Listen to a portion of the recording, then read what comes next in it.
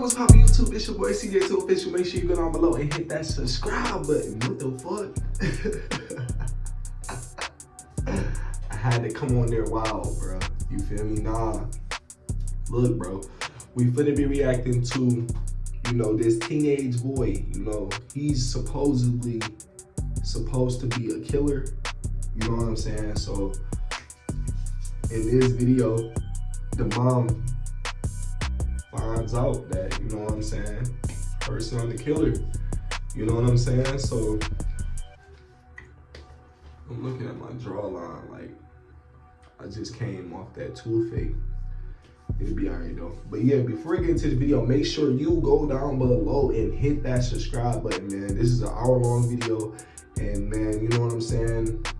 I don't do these reaction videos for nothing. I do these reaction videos for y'all to show support. Show support, but also, you know, I do these reaction videos to, you know, just learn real life shit. It be real life, you know, situations that be going on in these type of videos. And I be wanting to pick up on certain shit that people be doing, that investigators be pointing shit out that people be doing, and I be learning from it, bro. Like, I be taking that little bit of knowledge, like, all right, I got that. I'm gonna key that in. Like, you know what I'm talking about? Like, that's the type of shit I be on, like, facts, like, word. But let's get straight to this video without further ado. I never watched this video. We watched this shit live. And yeah, I saw Kyle react to it. I saw Fanum react to it. CJ2 Official gotta react to it. It's only right we do this shit together, man. Let's go ahead and get into the reaction video. Make sure you go down below, hit that subscribe button, man. Roll to 900. You see me point my finger like this because I mean business, bro. I'm standing on motherfucking business, nigga. No bullshit. No, let's get straight to this video, bro. Oh shit, we gotta put the headphones on, though. Oh shit, we gotta put the headphones on, though. Connected to the headphones, all right. All right, y'all, we lit, man. Stop believing them! They are not your son! Stop believing them! Be honest, baby, it's okay. Because you're gonna feel so much better. You're gonna feel so much better.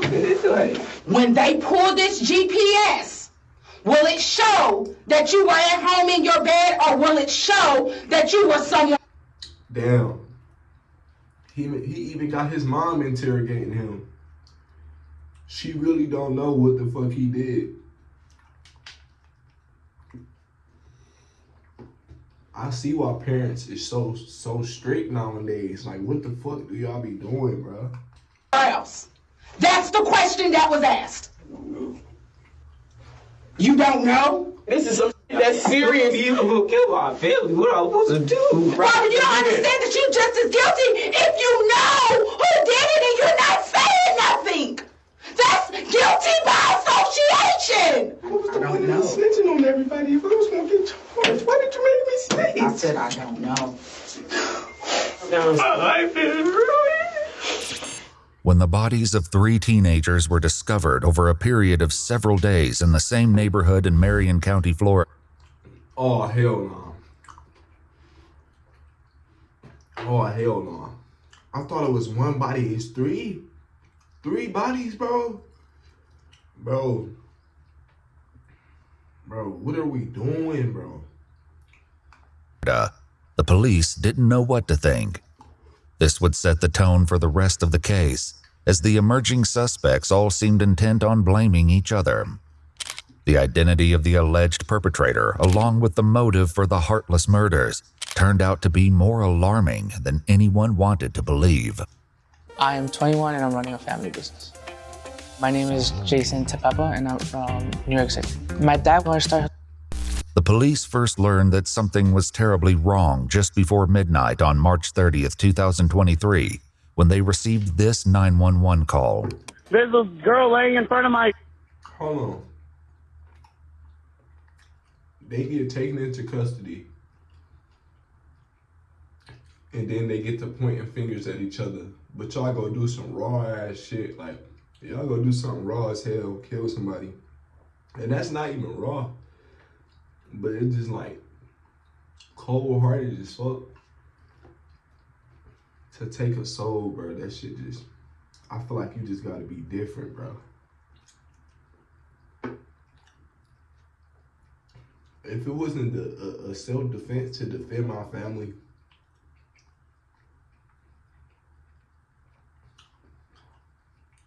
I'm not catching nobody, bro. If that shit not a self-defense to defend any one of my family members, I'm not about to sit up here and just do some shit like that. Like, they all get taken in and tell on each other. That's what I just heard, bro. Terribly wrong just before midnight on March 30th, 2023, when they received this 911 call. There's a girl laying in front of my road and she's dying. Okay, is she awake? She's dying. I don't know. She's bleeding out of her head. She's gargling on her blood. You need to turn her on her side so she doesn't choke, okay? It doesn't matter what side? Like, on what side? No, just turn her on her side so she doesn't choke on the blood, okay? Oh, God. Is she awake? No. Okay, is she breathing? She's breathing. Oh. Do you know how far they are? I don't have an ETA, but they are on the way, okay? Deputies from the Marion County Sheriff's Department arrived moments before the ambulance. While paramedics rushed to try to save the victim, the deputies tried to get a grasp on the chaotic scene. Within 5 minutes of the ambulance arriving, the victim was on her way to the nearest hospital. The Sheriff's Department was left to pick apart the seemingly inexplicable scene. She's not responsive? No, not responsive. No, there's no ID, no nothing. Young girl, older girl? Younger girl. The shoe's right there, and that's been moved. She was right there, right? Yeah. And there's blood everywhere. I was not expecting that. No. Well, I thought it was going to be BS, honestly. Yeah, I immediately thought she had got, like, hit by a car. And I seen the big, but I've never seen an exit wound in a head. Yeah. So I wasn't aware. Oh, yeah. She's laying down. It's all pulled out. I mean, it was... And she was still breathing? Rapid breathing. That shit crazy, bro. That shit crazy, bro. I can't imagine seeing fucking brains. I don't want to fucking imagine seeing brains on the ground, bro. Coming up somebody's fucking head, dude. That is literally insane. Insane. What the fuck, bro? What the fuck, man? I seen the big... Some shit I just don't want to see. A lot of shit I just don't want to see. But when you a grown adult, bro, like, you gonna see a lot of shit as you get older. Some shit you just can't run from. Some shit you just can't run from. You might see this shit on the internet before you see it in real life.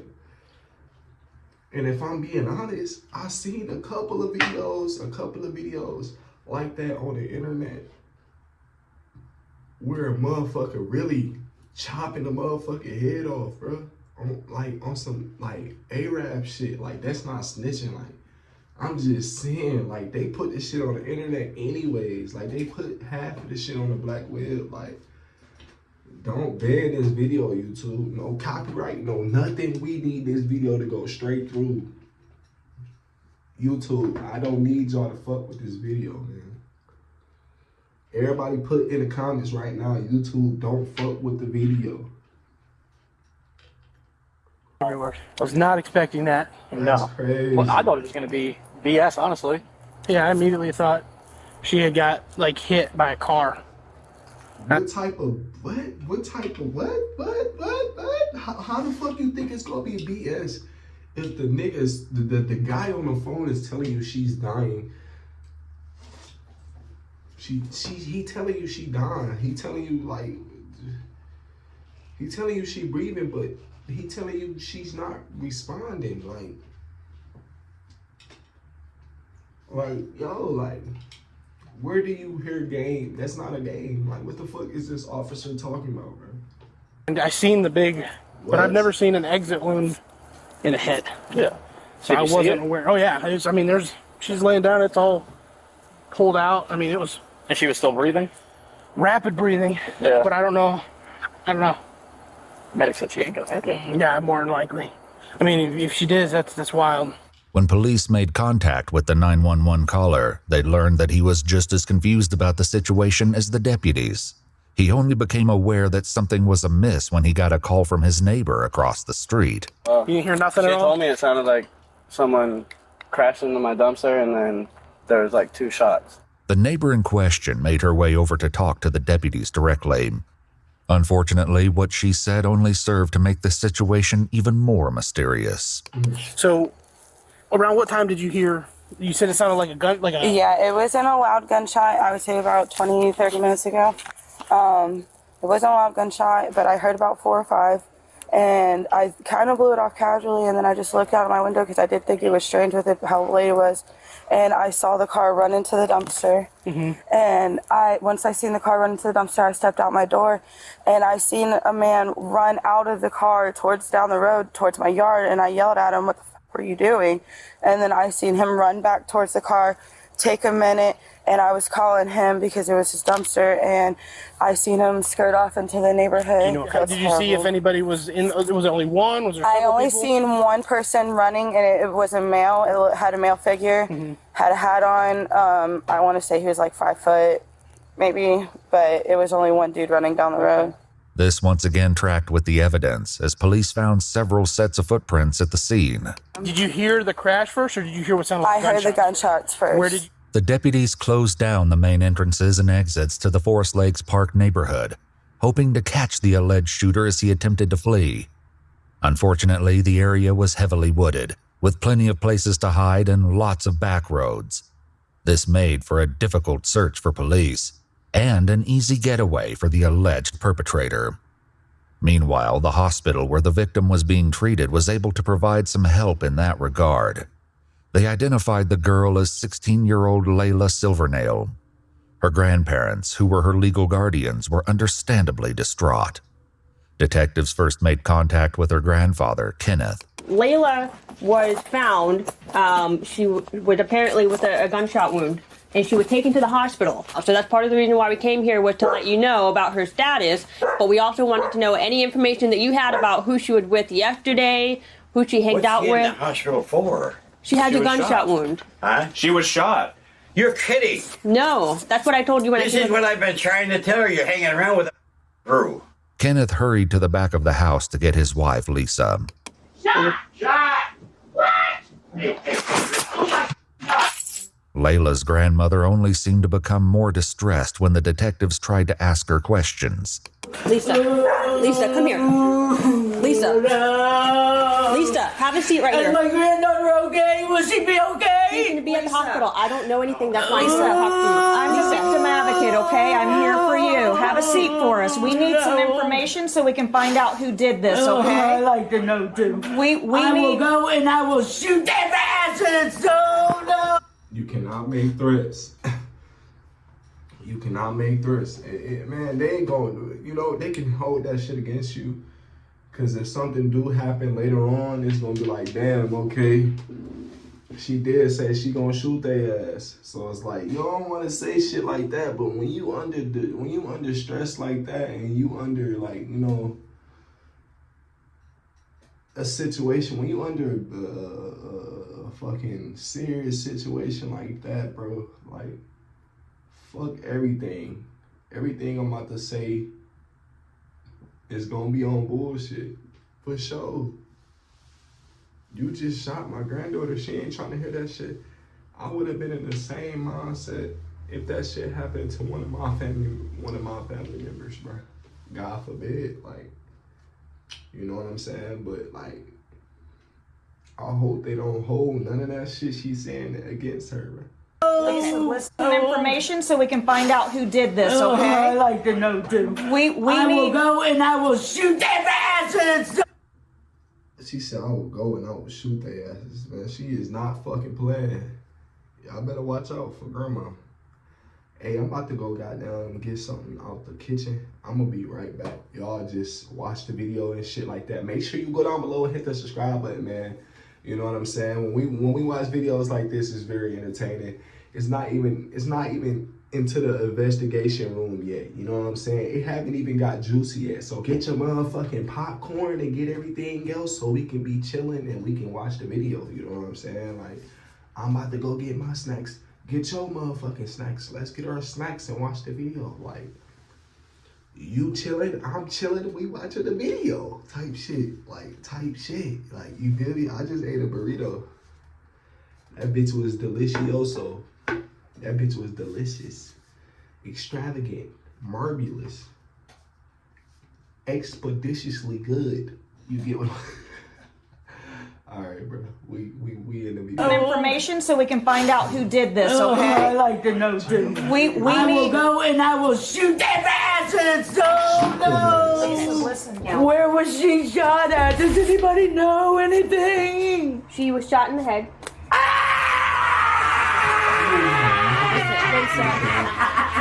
That's all we have right now, okay? This can't be happening. This can't be happening. The situation was actually more horrifying than Lisa knew.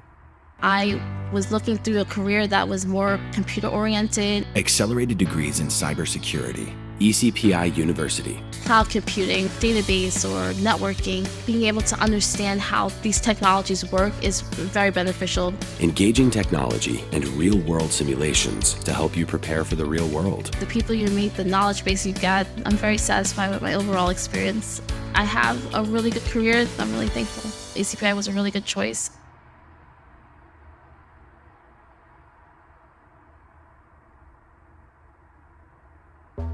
Hi, we're Charity Water. If we lost you at Charity, we get it.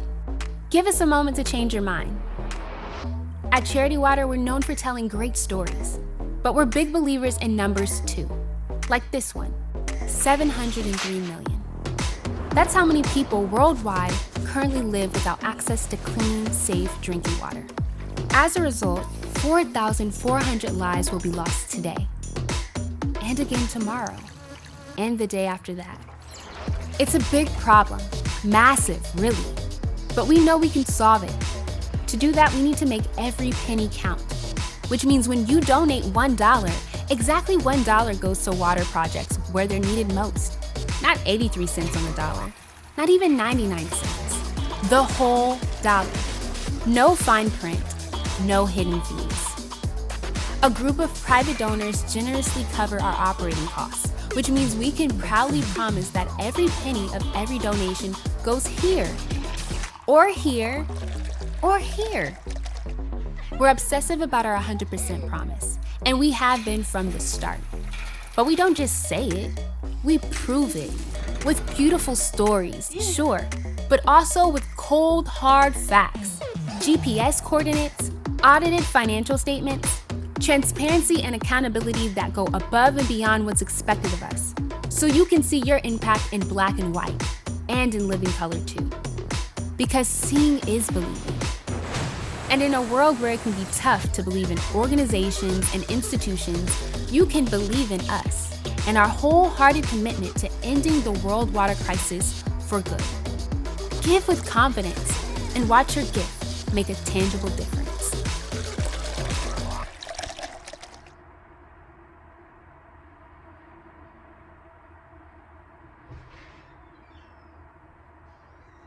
Early on March 31st, the morning after the shooting, the police stumbled upon the last thing they were expecting. Just blocks away from the crime scene where Layla was found, police discovered a second victim, also suffering from a gunshot wound.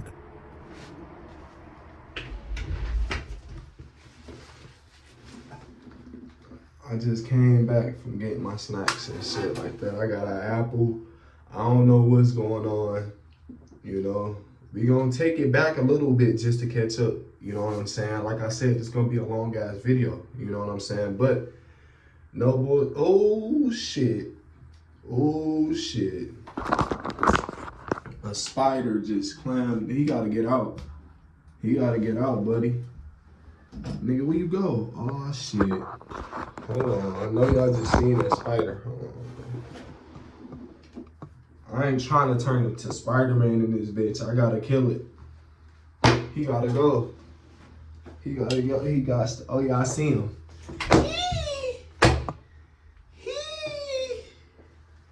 The fuck up out of here, nigga.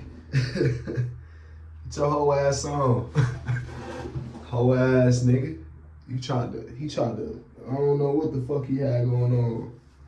Nigga tried to roll up on me and try my pimping. He tried to try my gangster. He tried to try that shit. I had to belt to ass, you know what I'm saying?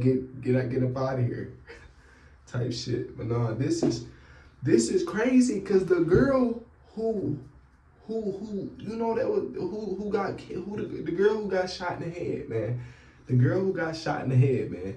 She don't even look like she will be into some type of street shit. She don't look like she will get into nothing, bruh. You know what I'm saying? But you can't even judge a book by its cover because it's like, clearly she did something or something, like she did something or got into something for this shit to happen, bruh.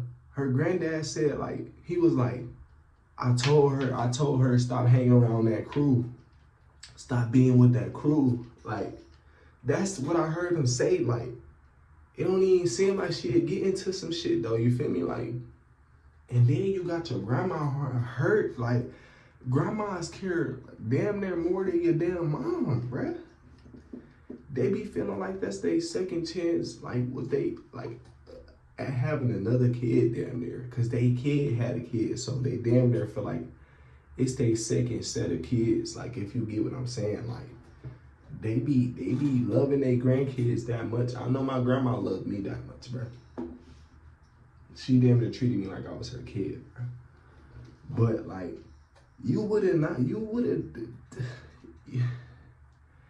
what did this girl get into for this shit to happen? We gonna take it back a little bit. We gonna hear what they got to say. I'm listening, man. Information so we can find out who did this, okay? I like to know too. We will go and I will shoot their asses. Oh no! Listen. Where was she shot at? Does anybody know anything? She was shot in the head. Listen, that's all we have right now, okay? Sorry that y'all gotta hear that again. Man, I heard it, but this the part I left off of. I left off on this part. This can't be happening. This can't be happening. The situation was actually more horrifying than Lisa knew. Early on March 31st, the morning after the shooting, the police stumbled upon the last thing they were expecting. Just blocks away from the crime scene where Layla was found, police discovered a second victim, also suffering from a gunshot wound. There was little doubt that the two cases were connected, which made the search for the shooter all the more urgent. Back with Layla's grandparents, the detectives desperately tried to find out who might have been with Layla that night. Since they'd already found two victims, they had to wonder if more of her friends were hurt, or in danger too. Lisa, look at me. Who was she with yesterday? She came here with, and I'm gonna tell you everything, because I don't like the people she hangs around with anyway. Okay, that's what we need. That's what we need. Lisa said Layla was almost always with her boyfriend, 17-year-old Michael Hodo. She also directed the police to Layla's best friend, who might have more information about her activities the day before the shooting. Another name came up too, and it was one police were already familiar with. And then that runaway girl, Camille. Okay. She was with her too yesterday. Camille Quarles, 16, had been reported as a runaway by her aunt and legal guardian several weeks prior. It was an open secret that she'd been staying with Layla at her grandparents' house, but no one had successfully brought her home yet. When police made contact with Camille's aunt, Amy, she was not shy about expressing her frustration with the investigation. I did call it in this morning to ask somebody to go through there, and nobody has called me back. I've called 5 or 6 times a day since she's been gone. Even worse, Amy's son was hearing all kinds of gossip about the case at school. People were saying Camille had also been shot. The names of the victims and the location of the crime was seemingly common knowledge. Disturbingly, police had not yet confirmed if Camille was involved. Also, they'd not yet released the names of the victims or the location, which meant whoever was spreading this information had to be involved. And there was another body discovered this morning in that neighborhood. Okay. I want to know if it's my child. Okay, the second person is not Camille. I can't identify who that person is, but it's not her. The identity of the second victim only made the case more dire, especially in regards to Camille's safety. Frustratingly, the police were still in the dark about most of the lead up to the crime, up until they got in touch with Layla's best friend, Gabby. She was more forthcoming and told the detectives that she'd spent the day with Layla and her boyfriend, Michael Hodo, and several other teens who would soon become an integral part of the case. The truth is, behind closed doors, the P word became my secret sin at age 10. Was there anybody else? Man, we only 9 minutes into the fucking video, bro. We gotta, bro, what? In the car other than you, Layla, anytime during the day? Camille was there. This was the second statement placing Camille at the scene of the crime, but disturbingly, there was still no sign of her. Prior to the shooting, Camille's aunt said she'd caught sight of her at the park once or twice and kept a close eye on her Instagram feed to see what she was up to. Since the night of the 30th, though, it had been radio silence. Back with the detectives, Layla's friend recounted their travels throughout the day and who else was with the group. We went to Rob's. We went to I don't know if it's abandoned. Do you know what a trap house is? Yeah. Okay, so apparently, this kid Rob, I don't know him personally, but they do. Okay. They're friends or whatever, and we went over there and we chilled over there. Significantly, Gabby said that Layla had been the one driving all day, but the only... What the fuck? Y'all went to go chill at a trap house? It's just shit like that. Bro. It's shit like that. Bro, that's not normal. You know how much shit go down in the trap house, bro? They got the crack going on. They got the dog food going on. This not no shit that nobody don't know. You know how many polices bust open the fucking trap house and we seen what's in there? A trap house is nothing, bro. That's not no shit that's not some shit you want to just flex about, somewhere you just want to casually be. You don't want to casually be around that shit. Your ass gonna get smoked. Wrong crowd of people. You drawn in the wrong crowd of people. Fuck where you at. It's the people. It's the people, bro. The only sign of her vehicle, a white Chevy Cruze, was a tire track left at the crime scene. The police hoped that finding the vehicle would offer some insight into what happened the night Layla was shot. Do you know his last name or anything else about Rob? No, I don't really know if Rob is his real name or not, because I know some people know him as Reaper, Rob, and stuff like that. So was anyone else there at the house besides? They calling this nigga Reaper. It's cool to have all these killer, funny ass names, but when they come down to it, when them feds get on your ass, it's scary for you, bro. It's scary for you, bro. But it's on the other side, if he in the right, and nobody's never right for killing nobody. I don't give a fuck. That's just the type of heart I got. You know what I'm saying? But if you do something to hurt one of my people, that damn near hurt them to where they almost die, belt to ass, for sure. I don't give a fuck. It's just don't have to go down like that, you feel me? But other than that, random people getting into random shit, I'm not killing nobody. No.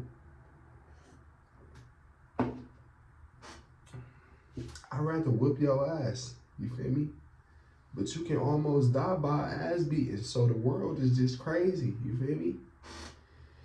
This shit crazy, bro. The three of you and Rob? Well, there was this kid 3'5", but I don't know his real name. 3'5"? What's 3'5" look like? I don't know. He's 12. He's a little kid. A 12-year-old? Detectives knew they needed to track down Rob. That shit funny, but niggas be 12. That's the exact age they jump off the porch at 12 years old. That shit not funny. I'm telling you, real shit. Rob and 3'5". They started with Rob, who they believed to be 17-year-old Robert Robinson, who was already incarcerated at a juvenile detention facility for a different offense. When detectives asked him about 3-5, he directed them to a boy named Christopher Atkins. Shockingly, Gabby was right. He was only 12 years old. Since Chris and Rob were both minors, their mothers were asked to join them at the police station before any conversations took place. Chris's mother, Ashley, was the first to arrive. I don't understand. Where the hell is my son? If he being questioned, why the fuck I'm not in there?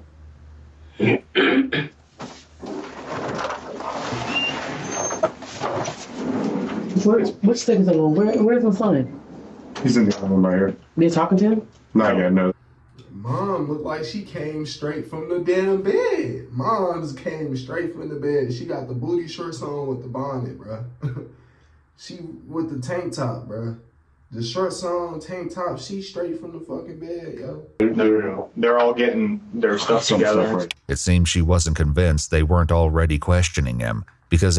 Look, came out the house on some just cool shit. Now she cold as hell. She should have came outside with something, you know what I'm saying? More comfortable, bro. You need to, not even more comfortable. Yeah, more comfortable for the weather. Because it seems like it's cold. Like, motherfuckers be like, oh, I ain't gonna dress for the occasion. I'm a bad bitch. If it's cold outside, dress for, they say they dress for the occasion, not the weather. That's what bad bitches do. They dress for the occasion, not the weather. Well, okay, deal with the cold. Cause you want to dress like it's hot outside, so deal with the goddamn cold. And then when it's hot, you dressing like it's cold with boots on, stank feet ass, dirty feet ass, musty feet, crusty feet ass, nigga.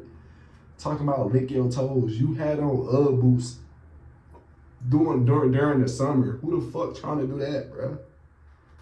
I know your motherfucking toe hair is growing like a motherfucker, boy. No. No. Hell no. Fuck no. You talking to him? Not yet, no. They're all getting their stuff together. It seemed she wasn't convinced they weren't already questioning him, because Ashley did her best to hear what was going on in the other room.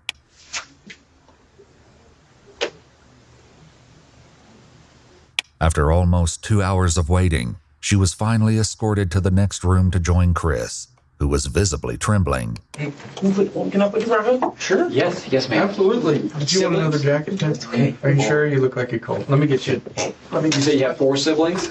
Okay. You guys get along okay? He thugging it. He don't give a fuck about what's going on. You can just see the charisma on him, bro. Like, this little nigga ain't giving a fuck about what's going on right now. In the house? This bakery needs new equipment fast to keep up with demand, so they're going to On Deck. The detectives set about gradually breaking the ice with Chris, all the time appearing hyper-aware that he was only 12 years old. After taking all necessary precautions, like making both Chris and his mother aware of their rights, and establishing on record that Chris knew the difference between right and wrong, they finally got to the issue at hand. So, Chris, what I'd like to start with talking to you about is, and like I said, I just want you to be honest with us. I'd like you to talk to me about last Thursday night. First, we made something to eat. Then we watched TV. And I went to sleep for a little bit. And I heard something outside.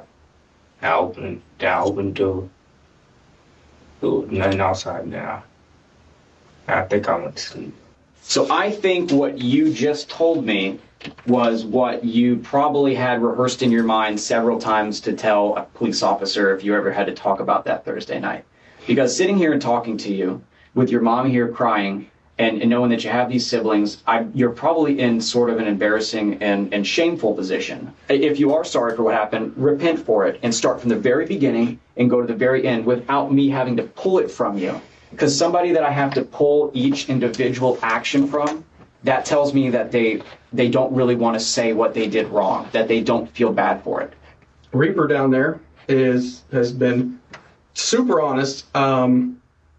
He took him a minute to get comfortable with me, and that's all they do, bro.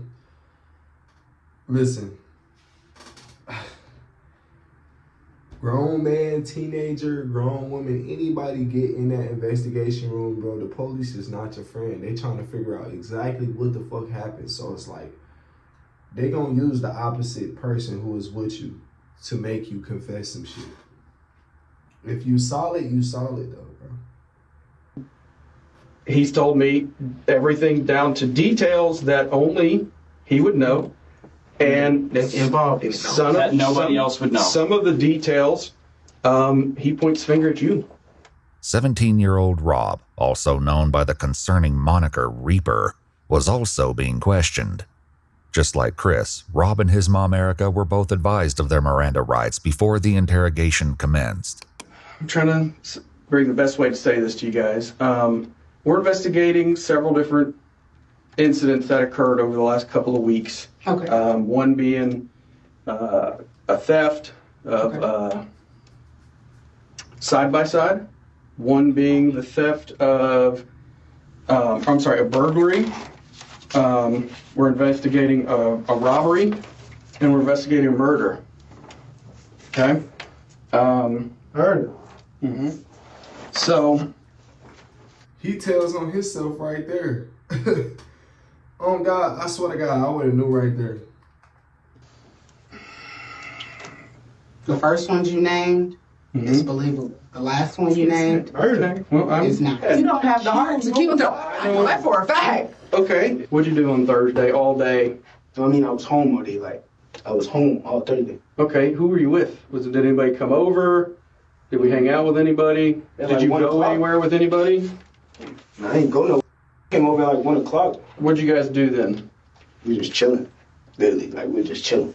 Okay. Was anybody with at the time? How did he get to your house? Things like that? Supposed to drove to my house. It was him, Landon, Layla, and there was another girl with him. I don't know her name. Sosa was a nickname that Layla's boyfriend, 17-year-old Michael, used. Michael's father had last seen him about 6:30 last night, around the same time Gabby said she parted ways with the group. Landon was another local boy who police determined didn't know anything that would aid the investigation. As for the unnamed girl, the police likely wondered if she could be the missing Camille and why she hadn't been seen or heard from since. Did you go anywhere after 6:30, Rob? Oh, why do y'all keep asking that? I just we want keep to asking because we've been working on our investigations for What do several y'all days. think happened, bro? I'm telling you, You understand? in the house You understand, that Rob? night. Like I only seen Sosa one time that day. Rob, we know you were out of the house after 6:30. Okay? We know you were with around 7. He getting nervous and shit. O'clock p.m. Thanks to CCTV footage, police believed that Rob, along with others in the friend group, had been involved in the theft of a vehicle and an armed robbery that night. As serious as these crimes were, they paled in comparison to what police believed happened later. Back in the room with Chris, his mother tried to make him understand the severity of the situation. Well, you need to tell if you ain't. Now's the time. Now's the whole story. You know you left out of the house Thursday when I told you not to. And you finna speak. You gotta talk right now. And Reaper's already told us what the plan was that night. So there's, I mean, we know what the original plan was. We're asking you now to be honest and to come forth and tell us what happened and why it happened. He knocked on the window. When you say he, I never want to guess. Who's he? Reaper, aka Rob, took a lot of convincing before he opened up. Rob, right now you're protecting KTM and your buddies. You need to think about protecting yourself. The disturbing meaning behind KTM will be revealed in due time. For now, the fact that the police knew about the mysterious phrase was enough to get Rob talking, albeit reluctantly. Was that the else? When you saw, when you were with, who was with y'all? It was me. 3-5.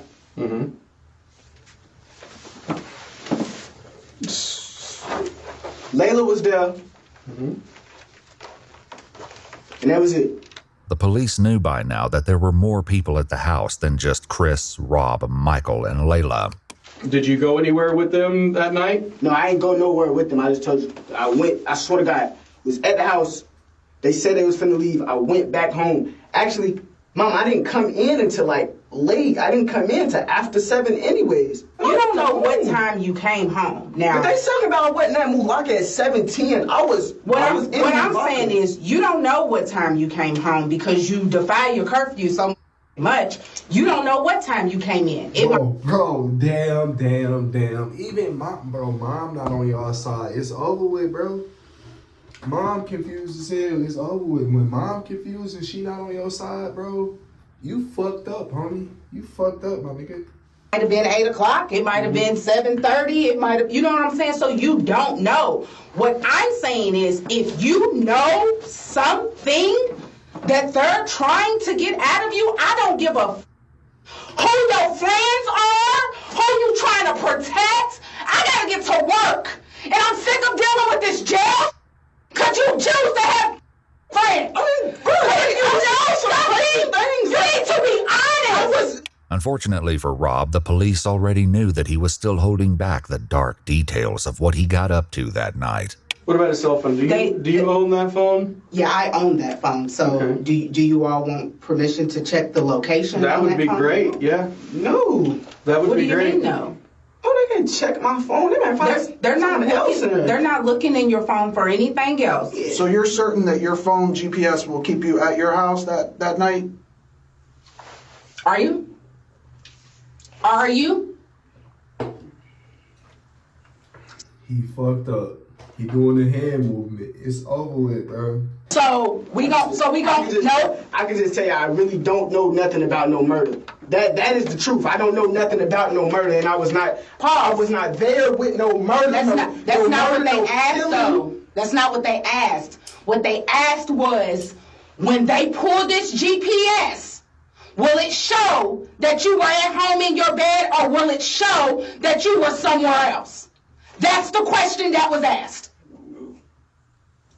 You don't know? I don't know what y'all want me to do. Like, I'm telling you stuff. They want you to telling me I'm lying, and I'm telling them the truth. And you sitting there going with them. Why don't you believe in them? They are not your son. Stop believing them. Oh, no, I was not there. Like, I didn't say I was not there. I didn't say you were there. Wait, first and foremost. I mean, you sitting there just going with everything you're saying. No, first and foremost, you lie so much, I don't know what to believe what comes out your mouth.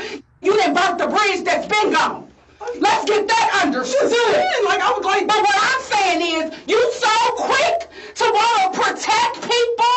And let me finish. Protecting. You so quick to want to protect people, don't want to snitch, want to be cool this and cool that, and not be known as a is in the paperwork and all of this, that you're willing to sit here and go down for murder that I know you didn't do. I know for a fact that you didn't do it. But you're going to be guilty by association because you don't want to tell who the did it. That's the problem. I did not kill nobody. I did not kill nobody. Did somebody you know do it? Like, what the No, I don't know nothing about no murder. I don't know nothing about no murder. And if you lying, you standing on this island by yourself. Because if you got something to tell these people, because they have a way to tell if you're lying. The best way to tell if Rob was lying was Chris, who was still in the room next door. He was sharing a bit more than Rob, and some... Damn, so this shit all depend on the next person in the next room. This shit all depend on the people who in the case. It don't even matter about what they can really... Nah, it do matter about what they can investigate and find, because it's handprints and all types of DNA on type of shit, on shit. And they got cameras on shit. And they got more witnesses. Man, these niggas going down, bro. And I hate to say it, but they did it to their damn self. That shit crazy. The choices you make, you gotta live with. That shit crazy. The best way to tell if Rob was lying was Chris, who was still in the room next door. He was sharing a bit more than Rob, and some key differences in their statements stood out already. What do Tinder, Bumble, and Hinge all have in common? It's where single moms over 30 find their next baby daddy. If you're... What do you think he's going to tell us, Robert? He's not going to, with me, I swear to God, he's not going to, I didn't do anything. I promise you I didn't do anything. Who did? I don't understand why you keep lying. And then you go back. It's gonna be a snitch. And that It doesn't matter. Kill me. It don't matter. That is a snitch and I will die. This is not no joke. You would die. Like, you would die for snitching out here. People die for that. Real talk. Mama, people get popped and killed for snitching. We're talking about life sentences here. Right. And this is like really life. Just listen. Your actions and the people you choose to hang with and all of this I didn't kill anybody. is slowly killing me. I should just pause. Let me talk. I'm supposed to be at work right now. I just took a promotion. I can't keep missing work over that you are doing or the people you hang with or just any of that. Like, I don't know if you know or not, but they threatening me with contempt of court because I don't come to none of your court stuff for the other shit you got going on. I make sure you get there, but I cannot keep missing work. And you sitting there in my face telling me that you don't want to snitch because your life is they gonna kill you. Pause. You don't know. It wasn't me. I didn't say that. Nobody. They trying to get me a license. I didn't say that you killed anyone. Robert, you don't understand that you're just as guilty if you know who did it and you're not saying nothing. That's guilty by association. Like, what part of that is not clicking for you? If you know who killed these kids, then you need to tell him. Some part of this tirade must have made an impression, because at long last, Rob shared his version of events. Taj killed all three of them. Okay. Tell me about it. Damn. Now look. This is your mans that y'all trying to be solid around, trying to be cool and shit. Y'all making money together. Y'all jumped off the porch because the big homie made y'all sell weed and shoot guns. And now Rob the Reaper just snitched. He snitched. All it take for somebody else to snitch, it be your own homies. These people not your homies, bro. Just don't get into this shit. Chase the money, yo. You better off chasing the money than doing this shit, yo. Some part of this tirade must have made an impression, because at long last, Rob shared his version of events. Taj killed all three of them. Okay. Tell me about it. Were you there? The whole story? Were you there? Let him talk. I'll say the whole story. Tell me the whole story. Rob just mentioned 3 victims, but the detectives had so far only asked him about 2. Not only did this grab their attention, but they likely suspected that the Taj that Rob mentioned was 16-year-old Taj Bruton, with whom they were already acquainted due to previous cases. Unfortunately, this didn't mean they knew where to find him. Several weeks earlier, Taj cut off his ankle monitor and went on the run. The detectives would focus on this after they got more of the story from Chris, who picked up the story after he said Rob, aka Reaper, knocked on his window. Okay, Reaper knocks on the window. He knocks on the window. He said, "Come on, we finna go see some girls or something." Then we went out. And this girl and the boy picked us up. I don't know what. This girl and this boy. Describe. From Rob's statement, the police believed this had to be Michael and Layla. He made no mention of Camille, however, even when he explained where everyone was sitting in Layla's car. The seating arrangement would be crucial later. Layla was driving, Michael was in the passenger seat, while Chris and Rob were in the back seat. But they weren't alone. Then somebody came in the car, I don't know what his name. It was like somebody in all black. Okay. And don't tell me Rob set Layla up, bro. Don't tell me Rob set Layla up. How does this person look? I know you said he's wearing dark colored clothes, right? I heard you say that. Cause 3-5 look like he chilling. That's a dope ass name, 3-5. That's 1 2. I'm telling you what, if somebody got in the car wearing a ski mask, I'd be like, what is going on? But that didn't appear to be Chris's response, and the detectives likely had a horrible inkling as to why. Yeah, I looked at Rob. I was like, I thought we were going to see some girls. He's like, we had. I was like, oh, all right. And then we kept driving again. Throughout his interrogation, Chris would only refer to the man in the ski mask as the X-Man. Luckily, Rob had already revealed the identity of their companion. We went to pick up Taj. As soon as Taj came out of the house, first thing he told me, like, we knocking on. We knocking on. I was like, nah, but I ain't even trying to do all that. It took a little more persuading, but Rob eventually told the police that they could find Taj at his girlfriend's house. They picked him up and brought him to the station after they finished talking to Chris and Rob. But instead of clearing up the questions detectives had, Taj made everything more confusing. He said everything was Rob's idea. I'm sitting right next to him, and he whispered in my ear, he was like, bro, I'm finna rob these tonight, bro. I look at him like, what you mean you finna rob these tonight? He's like, bro, so they look, bro, they got a pound of weed, they got some money, bro, and if they don't go for it, I'm gonna kill them. That's exactly how he said. At this point, I'm frantic. If I can't, if I tell Sosa, right, Rob's sitting right next to me, so therefore he's gonna shoot me. So I'm sitting here, I'm scared as hell, so I'm like, I ain't got no choice but to just sit here and just, it is what it is. Rob told detectives that it was the other way around. It was so random. Like, he just said he wanted to knock him off. I'm not thinking he's serious, though. At the time, when he first said it, if you would have seen his face, he was laughing. If I would have really thought he was finna kill I wouldn't have got back in that car. I would have stayed right there and called my mom and be like, can you come get me? I didn't think he was serious until when the car started slowing down and I seen him up the gun. Rob said that Taj did this because he wanted to take Michael's firearm. Over in Chris's interrogation room, his story aligned with Rob's, for now. What triggered him to just start shooting? I'm trying to figure out. It's something in between that you're not saying. Because I think the person that, the white guy, I think they said he had a lot of money or something. Oh, so it was set up as a robbery. Okay, now we get...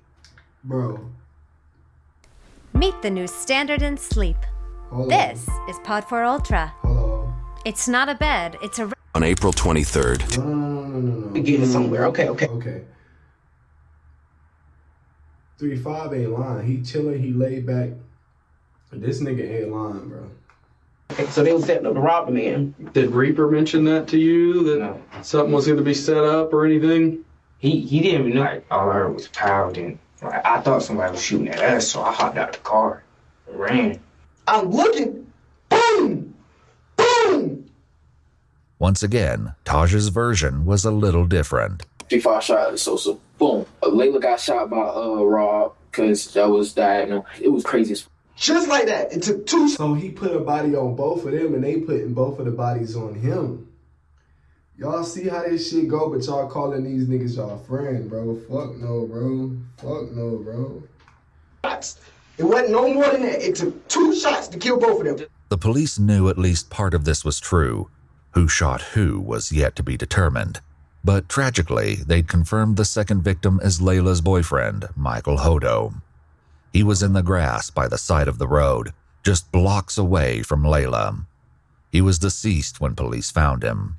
Michael's father had a heartbreaking reaction when he found out that his son would not be coming home. My son's dead, isn't he? I'm sorry to be the one to tell you.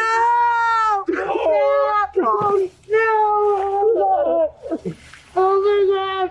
No! Can they come back out here and help? We have to talk. We have to find this out. Who's to find this? This is to go find out who did this to Sam. I'll find him when I kill him and kill him. Oh my God! No, that's not my baby. While Michael's family reeled from the devastating news, Chris continued with his upsetting story about Michael's final moments. And you said he shot this white guy first? Yeah, the white guy was sitting like this. And where'd he shoot him at? Right here. And the gun was pressed up against his head? Is that what you're... I think it was like... Okay. And then, what about the white girl that's driving? Tell me about that. He turned the gun and shot her. Where'd he shoot her at? I don't know. Rob agreed, which would soon become increasingly rare. Where did he shoot Layla? Oh, I think it was headshots. On the other hand, Taj put the blame back on his two companions. I know he shot Sosa in the back of the head. I seen that happen. I seen Rob try to shoot her, right? And when he tried to shoot her, he shot her, and then his gun didn't go off, so he reloaded it again and shot her. All contradictions temporarily aside, Chris added another disturbing detail. Did he see it coming? No, it was like to the back of his head. Okay. Did he have any time to defend himself? No, but Taj just upped him and shot him in the head. At this point, police were still searching Forest Lakes Park for evidence. Now that they knew the shooting had occurred in Layla's car, it was more important than ever to find the vehicle. Most of all, though, they were looking for any sign of Camille. They hoped to find her alive, but the police were likely aware that, like Layla, she could be seriously injured and in need of medical attention. If that was the case, every passing moment decreased her chance of survival. For the time being, though, her family was left in an exhausting state of limbo. The situation was made infinitely worse by rumors that Camille had been caught up in the shooting. You can get into IT, you can get into the STEM world. Preparing tech professionals since 1966. Frustratingly, the police still had no concrete answers for her family. They had to hope that Chris, Rob, and Taj would ultimately provide an explanation.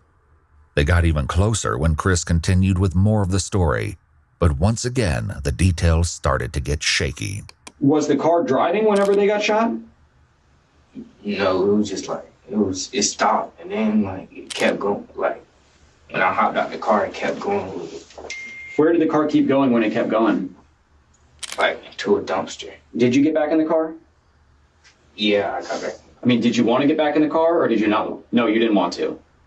Okay, what made you get back in that car? Explain to me that. Because he had a gun, I thought he was going to get to shoot at me, because if I was just with him and if I was just with him, he'd just kill somebody, and he probably would kill me too, because he think I was going to snitch. On the contrary, Rob said that he was the one who jumped out of the car. When he shot Layla, I got out the car because the blood started dripping and I ain't wanted to get on me. Taj claimed the same thing. I get out of the car, they still shooting because it was like 4 to 6 shots. I don't know exactly how many shots it was, but it was a couple shots, bro. So at this point, we hear this lady. This lady's over there like, I'm running, I'm trying to hide in the forest. I don't know what the fuck I'm gonna do. I'm trying to call spring everything. So this lady, hey, what's going on over there? He sees me, or I guess he ran back over there, or I run over there, and he was like, hey, this, that, and the third. So I'm like, I'm gonna just do what you tell me to do. I just want to go home. So the only thing that this established was that at least one of the boys had gotten out of the car. But this wasn't news, as the woman who saw the car hit the dumpster also told police that she saw a male figure running around shortly after she heard gunshots and saw the crash. The detectives decided not to challenge the boys on this front for now, and pushed for the truth on more important matters instead. They started with Rob. What happened to Layla? Where did they... I don't know. Taj threw Layla out the car and hopped in the driver's seat and started driving. Rob said Taj repeated the process a short time later.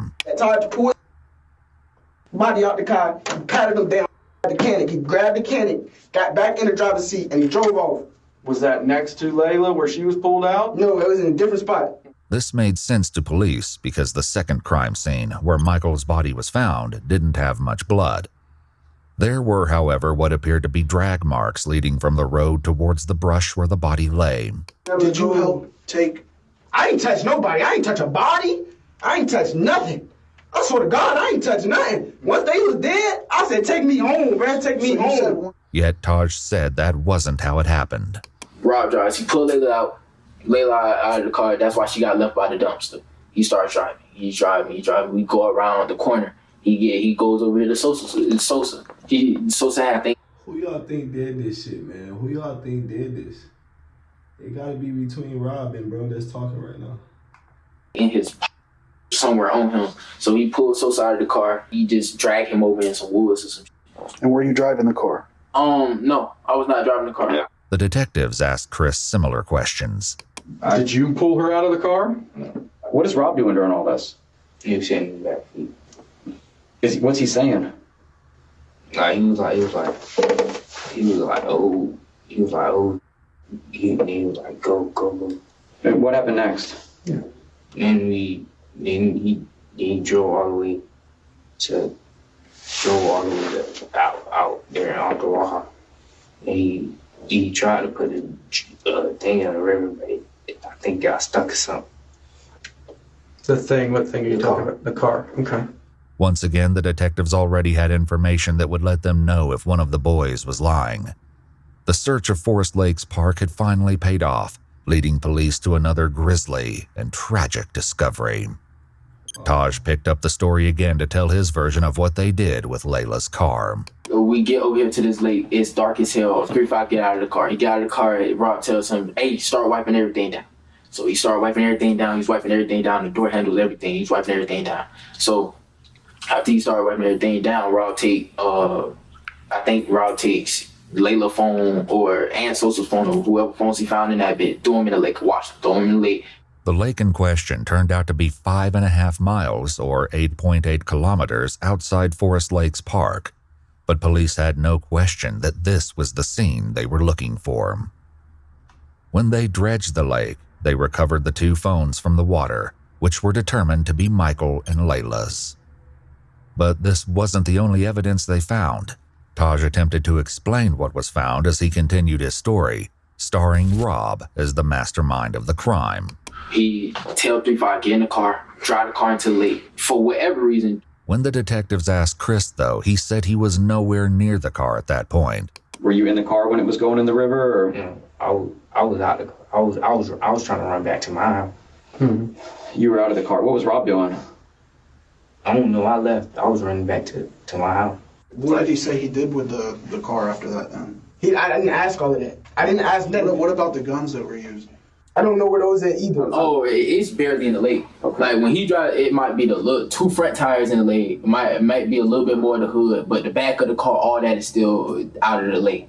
That was exactly how the police discovered the car. What they found inside was more gruesome than they had ever anticipated. Back with Chris, he continued his tale. Describe to me the clothes that you were wearing that night when all these bad things happened. What happened to them? They wanted us to burn them. Who wanted you to burn them? Did you have blood or something on them? No. Are you sure? I don't think so. Like Detective Bender said, we processed that car front to back, top to bottom, bottom to top 3 times. 3 days worth of actual forensic work, several forensic people. I don't think you could have sat anywhere in that car and not got blood on you. I think it was something on my shoe. I'm standing over here scared as like I think it's blood all over me, but it's dark, so I don't know. But I think it's blood all over me. Rob said burning the clothes was all Taj. Taj, of course, said it was Rob. Regardless of who had the idea, the police found the remains of clothing in a burn pile in the forest, including pieces of shoes, sweatpants, and sweatshirts. However, this was not the only clothing item the police discovered intact. Chris's shoes, which he described as Nike slides, were found discarded in the bushes, and a single glove was found near Michael's body. Another was found near the lake. The police asked Taj about this. So were you wearing gloves at this time? Yes, I was wearing gloves, because like I said, I was supposed to go pee. And what about Rob? Rob was wearing gloves too. Yeah, Rob was wearing gloves. Taj revealed that the original plan was for the group to go car hopping that night, which was why he was wearing gloves and a ski mask. But police had to wonder if there was a far darker reason the boys brought these items. For now, the detectives wrapped up the conversation with Rob. Do you feel a little better now that you were honest? Did you need to get that off your chest? Worse. Now I feel like I just snitched on everybody and The detective stepped out, but little did Rob know that his night at the police station was far from over. There was a lot more that he needed to fess up to, but for now, he was left alone with his mother. I'm going to charge you because you were there and you didn't come forward. Did come forward. I'm talking about when it happened. I just told him everything. I'm just letting you know, Rob. You don't understand. I'm gonna get charged for murder. Mama, what was the point of me snitching on everybody if I was gonna get charged? Why did you make me stay? I said I don't know. Alright. What's the point of snitching? We're gonna ask you to step out now.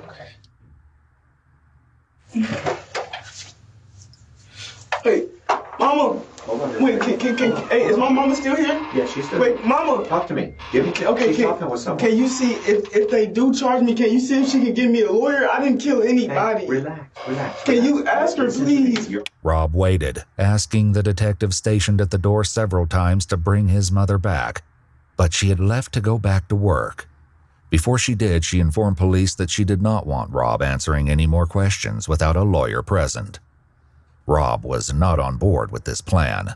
Is my mama still out there? Hold on. How can I get charged for murder?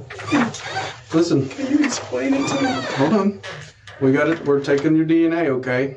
While the police took Rob's DNA, fingerprints, and photos, he continued to ask them how it was possible that he would be charged with murder. Listen, can I tell you the situation, please? I heard it. Listen, let them do the thing. Your mama's not here yet. We can't talk to you. She's close? I don't know how far she got, but she is on her way.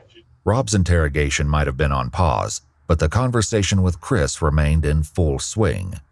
The questions he faced were about to get a whole lot harder. They executed a search warrant on the house, which they did collect some things, and I'd like to talk to you about those things too. But because you, because it looked like a surprise on that. Yeah, like what was in my house that got to do with this homicide? And I will, and I'm going to tell you about that because, like I said, I'm not going to leave anything out. It's I can tell you, it's pretty damning. I guess I would use that word. So, are you serious? Do you own any firearms, ma'am? Does anyone in your home own a firearm? Okay, because I'm pretty sure they found 1 or 2 firearms in the house. And I'm sure you guys have watched CSI, right? We can take a firearm, we can shoot it. That round that you shoot, we can take, and we can put it into a computer and tell you who got killed. And actually compare it to other fired casings, like the shell from the bullet. How? He told me who the guns from. How would you hold guns from when you know something that dumb just happened? That was stupid. When Reaper gave you these, you think that they're going to be related to this? I think so. Describe to me why you think that. Because he said, put these up, make sure your mama don't find them. Okay.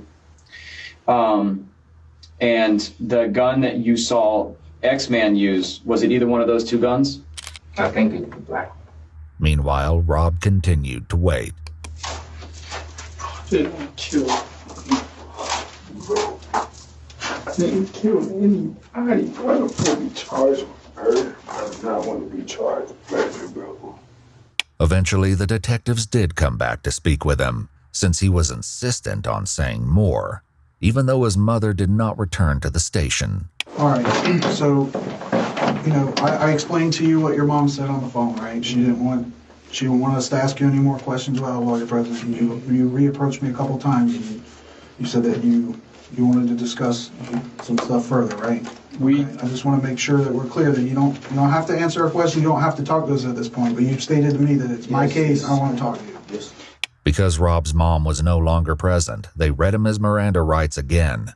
Right off the bat, he admitted to additional involvement. Taj told me to help him pull the body out of the trunk and throw it in the lake. He grabs it. He's trying to pull a leg. And he was like, "Bro, it's heavy. I need help." So I grabbed one leg. I tried to help. I was like, "Bro, it's too heavy. I don't want to do this." Put the thing down. Left the girl in the trunk because I told him I didn't want to help him. Rob went on to tell a long, rambling tale about selling his gun the day before the crimes took place. The detectives hear him out before dropping a bombshell. So that's an issue because we have that gun now. No, that's not. It was at 3-5's house. You said you sold it. I did. That's not my gun. That one's not mine. That's not my gun. In addition to this, the police strongly suspected Rob had stolen the firearm. You may be telling the truth that you didn't pull a trigger, but you knew this was going to happen. You knew it was going to happen. I did not know this. The detectives had a similar exchange with Taj. We've sent some of the casings off to be examined already. It's not back, I'll tell you that. Otherwise, we wouldn't probably be having this conversation. That those casings aren't going to come back, like he said, to a third gun. To a third gun, they shouldn't. Multiple casings were found at all 3 crime scenes, but especially near the car at the lake. Even if the boys weren't budging on the issue of who shot who, lab tests would reveal the truth in due time. In the meantime, the detectives brought up something 2 of the boys in particular were probably dreading. Let's talk about the trunk of that car. You looking at the trunk, sir? There's another part that we haven't talked about. Trunk? Mm-hmm. It was a girl in the trunk. Mm-hmm. And he told me to open the trunk. And he shot her. Where did he tell you to open the trunk from? You see this right now? He told me to open the trunk from the inside, like the inside. Okay. And whenever you pulled that open, tell me about what you saw in there. All I seen was luggage, and then he said move, and then he shot. Okay. You said all you saw was luggage? Luggage and it was like a girl. And what part of her body could you see? Could you see her feet, or hair, her hand? Describe I seen hair. I did not even know it was another person in the trunk at all. Okay. So you just riding around and she just in there? Yeah. I mean, we rode around like that before, though. Just because there ain't no room for all the people? Just because there ain't no room for all the people. When you go to open up that seat, what were you thinking in your head? Bro, he literally leading this nigga to saying some bullshit. It wasn't no room for all the people, so we put people in the trunk. You just confessed to putting the body in the trunk, bro. No, like, that trunk ain't got no air, ain't no room, ain't no space in there for that person to breathe. Why the fuck is we in the trunk? This is crazy, bro. Like, what am I gonna do? I don't know what to do. I was confused. I was like, yo, like, I was thinking like there's a person back there. Did this person say something? Describe to me what you heard whenever you opened that seat up. What noises? All I heard was somebody tell me to watch out, and then I heard gunshot. 2 gunshots. Tragically, the 3rd victim was determined to be none other than Camille. Her body was discovered 2 days after Layla was found on April 1st. Like Chris said, she'd been shot twice. The location of her wounds indicated that her death had been no accident.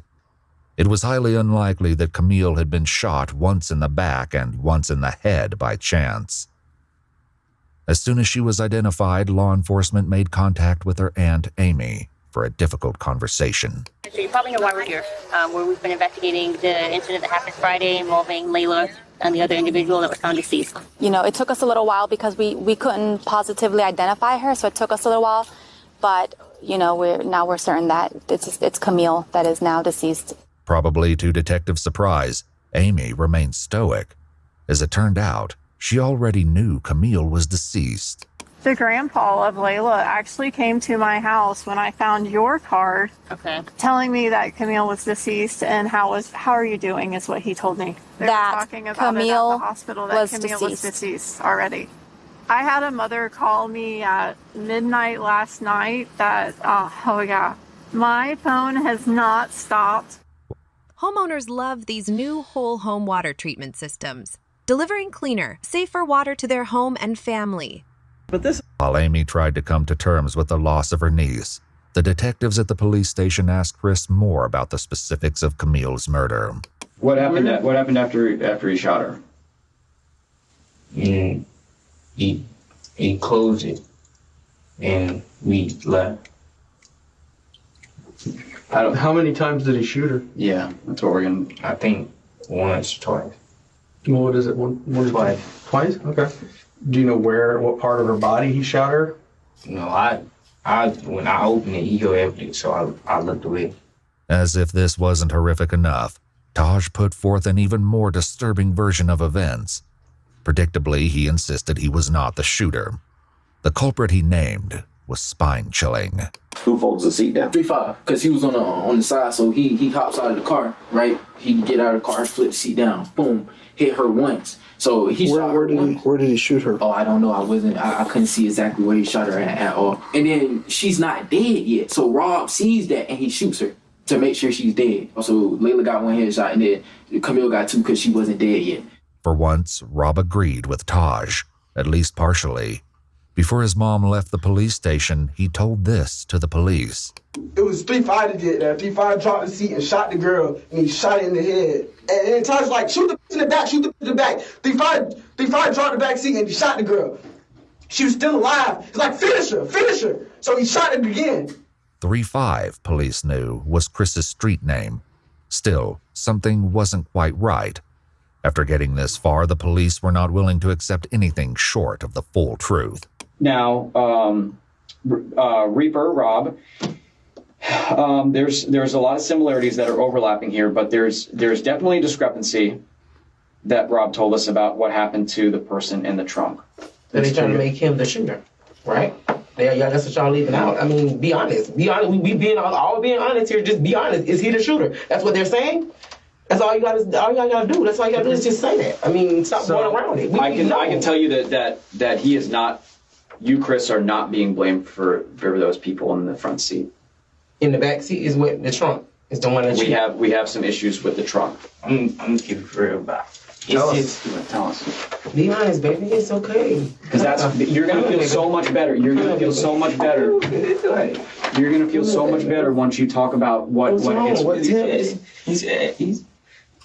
Tell me. Say it. Just say it. He said, everybody you do it, you gonna kill everybody I know.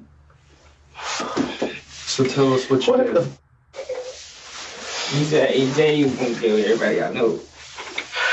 Yeah. Who made you do it? Who is it? Rob. Rob made you do it? Yeah.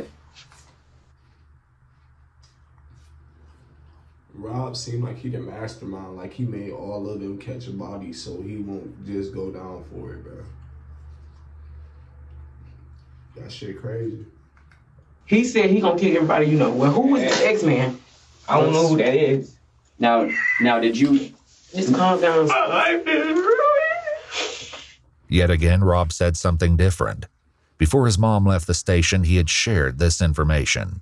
Taj made him kill the person or he was going to kill 3-5. Mm-hmm. Is that what he said? He told him? He told 3-5, if you don't kill this girl, I'm going to shoot you in your head. Let's go on here. He said that he was going to kill everybody you know, and you did fire a gun. Tell me about what you did. I think I shot the girl and I don't know where it was, but and then he came up and shot her too. Okay. Who did? Rob. Okay. So when you shot her, what gun did you use when you shot her? The ex-dude gave me the Scott. If Chris used Taj's firearm, that would explain why they only found 2 weapons during the search warrant. This brought up another question, though, which the detectives had addressed with Rob and his mom. So that's my concern here, is that you said that Taj was pretty much orchestrated this and was concerned that 3-5 would snitch on him. So he made him 3-5 do that. But you saying that he was completely fine with you not taking any part of that? Yes, with me, he just told me, if you snitch, I'm going to kill you. With his mom there, Rob insisted that he was innocent. Now that she was gone, though, the police hoped he might be more forthcoming. I honestly don't think you're a cold-blooded killer. I know Taj, I've dealt with him, and I've dealt with you. And there's a reason I wanted to talk to you. Because I don't think you're that dude. I don't think you're a cold-blooded killer. Taj, I don't know anything about 3-5. I've never met him. But I'm telling you that when the evidence says that you were there and that you shot someone, there is no explaining that. Evidence is going to tell you that I'm there, but all I can tell you is that I didn't shoot nobody. Did you shoot Layla? No. Because I got information that somebody that was in the car had a thing for Layla, and he couldn't do it. So somebody else did it. No. Okay? No, that's not true. Your brother's talking. Is there any reason why he would be telling people that you shot one of those people if you didn't do it? Police likely used this as a tactic to get Rob to talk and hopefully reveal the truth. Perhaps this was how Amy knew Camille was deceased before the detectives contacted her. In Chris's interrogation room, his mother struggled to come to terms with what he'd done. boy, you shot somebody that's dead, boy. What the f? No, this is a homicide. This is 3 people dead. This is some that's serious. You gonna kill my family. What am I supposed to do? That's why I understand. That's what we were trying to tell you from the beginning. Chris, take a deep breath. Just calm take a deep down. breath. Now listen to me. When you say that someone threatens your family and threatens you, I need to put it in the report. Take a deep breath. Please tell me, what am I supposed to do? Chris's mom didn't have an answer to that. She asked one of the detectives if she could step out for a moment to compose herself. Oh, he know where I live, and he knows my whole family. He was gonna kill my whole family. Are you talking about Reaper? Or are you talking about Stavo? Reaper. He was gonna kill my... Let's talk about X-Man real quick. I think you know who X is, and I think you're scared of him. Rightfully so. They both said it was gonna kill my family. Okay. They both said that? Did they ever point a gun at you or anything like that? Yeah. Who pointed a gun at you? The X-Man. He was like, don't tell nobody. Don't tell nobody. I'm gonna kill you down. Kill your mom. Rob also told the detectives that he and Chris were in serious danger at the time of the crime. Let me tell you something about Taj. Taj tell you he finna do something, and you decide not to do it with him, then I probably would have died with them. So were you afraid of Taj that night? Because if I did not do what Taj wanted me to do, I would have died that night with them. Taj is that bad a dude? Bro, Taj, on the other hand, claimed Rob always planned to let him take the blame. If anything, if one of us go down to anything, and Todd, it was you. You did it. Everything. You did it. Legit. You shot everybody in the car. It was not me. If he got caught up, then he was gonna go find my mama. The whole night I did not have a gun. Rob continued with his story, claiming that he only participated out of fear. Did Taj tell you to put the gun to somebody? But Taj told me he told me he gonna kill Sosa. He wanted me to shoot Layla, and then he wanted 3-5 to shoot the girl in the back. I told him I didn't want to do it. Told me if I didn't do it, he was gonna kill me. You hold the gun to Layla's head? Yeah, but I tried to shoot it, but it clicked. I tried to shoot, but it clicked. I didn't have it cocked back. I tried to shoot it, and it clicked twice, so then Stavo just did it himself. That's why. My gun wasn't coming back. Listen. I'm telling y'all the truth, and y'all still think I'm lying. What I'm supposed to do, bro? Okay. So how long before he actually pointed the gun, he told you to shoot Layla? We was already in the car. He put it in his notes, showed me, and then deleted the note. When was that in the night? How early? How much before? That was right before it happened. Did you shoot that girl in the trunk? In the trunk? Yeah.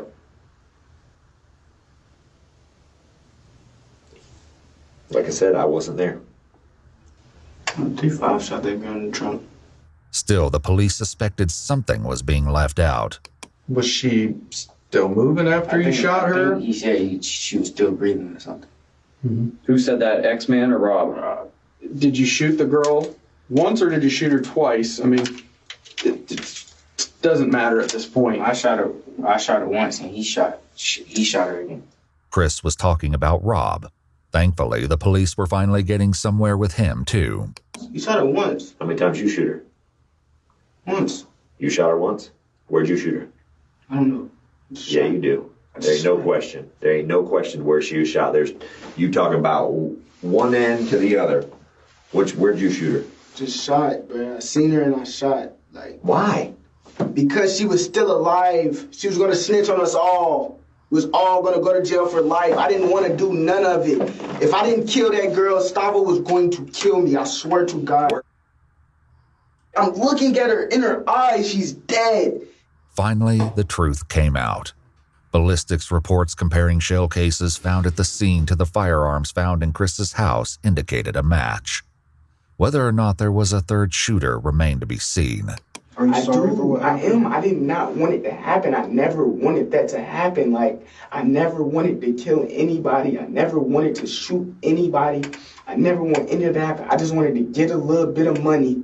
The detectives made one last effort with Taj. People already ended up dead because of you guys' craziness. No, not my craziness. It's not my craziness. Were you going to rob them and it was like either you had to do what you had to do, or a finger slipped and it scared everybody in the car, and then it's too late at that point. Yeah, I feel you, but that makes more sense than the story that they're telling, that you planned to kill these people, that from the beginning of the night. I didn't shoot no gun. We talked to Rob and we talked to Chris for hours. For whatever reason, one of them was more afraid of bringing you into the middle of this than they were Rob. So for that story that Rob's this guy that's, you know, threatening everybody, or his people threatening people, or your people, I just don't see that. But Taj remained stalwart, insisting that he had never used a firearm that night. The detectives hoped that unpacking one final secret could be the key to determining the truth about his involvement. They turned back to Rob to accomplish this. Like Chris and his mom, Rob was also given a jacket to keep warm in the cold police station. But he used it in a less typical way. Even as he tried to get comfortable in the interrogation room, one of the detectives returned to unpack a final secret to try to pull the case together. The KTM, what exactly, what is it that you guys do? What is it? Like a gang? No.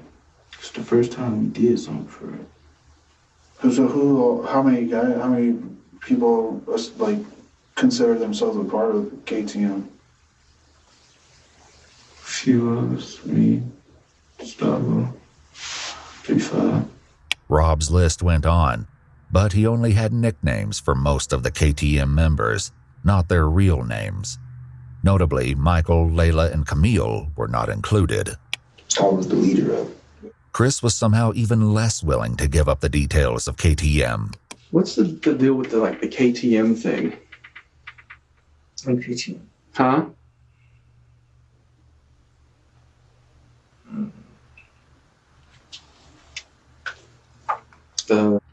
He's solid, bro. He's solid. 3-5 solid as hell. I know Reaper has the tattoo. What does it mean?